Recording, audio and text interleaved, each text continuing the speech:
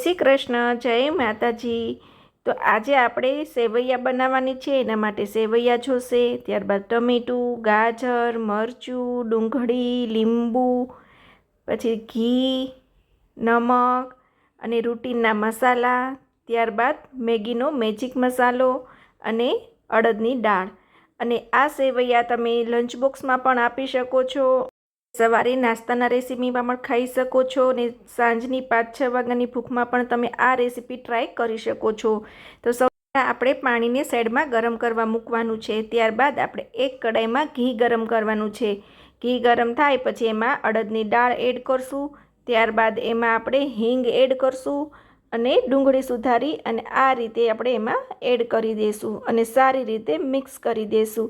અને ડુંગળીનું કટિંગ છે એ બહુ ઝીણું નહીં અને બહુ મોટું નહીં, એ રીતનું અહીંયા મીડિયમ કટિંગ કરવાનું છે। ત્યારબાદ જે આપણે સેવૈયા લીધી છે એટલે કે બરેજ લીધી છે એને આપણે આ રીતે એમાં શેકી લેશું।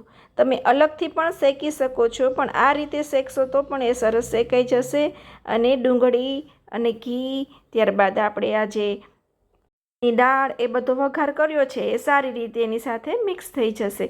એટલે અલગ વાસણ ન બગાડતા આપણે આમાં જ કરી શકીએ છીએ અને એવી જ ટેસ્ટી બને છે। તો એક જ કઢાઈમાં સરસ એવી સેવૈયા બની જાય, અલગ અલગ રીતે તમારે પ્રોસેસ ના કરવી પડે, એટલે આ રીતે તમે બનાવી શકો છો અને ફટાફટ બની પણ જાય છે અને બાળકોના લંચ બોક્સમાં પણ તમે આપી શકો છો અને એકદમ ટેસ્ટી એવી બને છે। તો આ રીતે પણ તમે ચોક્કસથી ટ્રાય કરજો। તમે ઘણી બધી રીતે બનાવતા હશો, પણ ચોક્કસથી આ રીતે પણ એકવાર ટ્રાય કરજો એટલે તમને બધાને ખબર પડે કે આ રીતની સેવૈયા પણ ખૂબ જ સરસ લાગે છે। તો અહીંયા આપણે એમાં હવે ગાજર એડ કર્યું અને એનું કટિંગ પણ એકદમ આપણે અહીંયા ઝીણું કરેલું છે। એ વાતની પણ ખાસ ધ્યાન રાખવાની કે જે વેજીટેબલ છે એ એકદમ બારીક રાખવાનું છે, જે ડુંગળી છે એના પીસ જ અહીંયા મોટા કરવાના છે। અને આમાં તમને મનગમતા બધા વેજીટેબલ એડ કરી શકો છો, પણ કોબી આમાં સારું નથી લાગતું એટલે કોબી તમે એડ ના કરતા। ત્યારબાદ એમાં જરૂરિયાત મુજબ આપણે મીઠું એડ કરશું, ત્યારબાદ હળદર પાવડર એડ કરશું અને ત્યારબાદ મેગીનો મેજિક મસાલો છે એ એડ કરશું। અને અહીંયા મેં એ અડધું પાઉચ જેવું એડ કરેલું છે। તમારી જેટલી ક્વોન્ટિટી હોય એ રીતે તમે કરી શકો છો અને એની ફ્લેવર તમને વધારે ગમતી હોય તો વધારે પણ એડ કરી શકો છો। જે પછી આપણે સાઈડમાં પાણી ગરમ કરવા રાખેલું એ પાણી હવે આપણે આ કડાઈમાં એડ કરી દઈશું અને અહીંયા પાણી થોડું વધારે લેવાનું છે એટલે સેવ છે એકદમ સરસ બફાઈ જાય અને સરસ થઈ જાય। તો આ રીતે આપણે મિક્સ કરી લેવાનું છે અને તમને સૂપી સેવૈયા ભાવતી હોય એટલે કે થોડી લિક્વિડી તો તમે થોડું વધારે પણ પાણી એડ કરી શકો છો।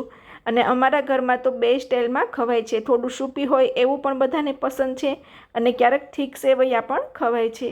તો આ રીતનું આપણે હવે ઉકળે એટલે એમાં ટમેટું અને મરચાંનું જે કટિંગ છે એ એડ કરી દઈશું અને ઉપરથી આ રીતે લીંબુ નીચવી દઈશું અને એટલું ટેસ્ટી એવું આ સેવૈયા બને છે કે બાળકો સામેથી તમને કહેશે કે મમ્મા મને આજે સેવૈયા બનાવી આપો।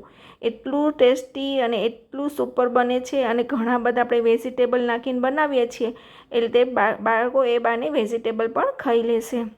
તો જો તમારે સૂપી બનાવવું હોય તો આ રીતે રેડી છે, પણ મારે આજે થીક થોડું બનાવવું છે લંચ બોક્સ માટે એટલે મેં આ રીતનું થોડું એને પાણી છે એ બાળી દીધું છે। તો આ રીતનું થોડું થીક બનશે એટલે બંને સારું લાગે છે। જ્યારે લંચ બોક્સમાં મોકલીએ ત્યારે આપણે આ રીતનું થોડું થીક બનાવીએ અને ઘરે જ્યારે ખાવું છે ગરમા ગરમ ત્યારે થોડું સૂપી એટલે કે થોડું લિક્વિડી હશે તો ખાવામાં ખૂબ જ ટેસ્ટી લાગશે। તો ચોક્કસથી તમે આ રેસીપી ટ્રાય કરજો, ખાસ કરી અને કોમેન્ટ કરજો જેથી કરી અને નવી નવી રેસીપી હું તમારા માટે લાવી શકું।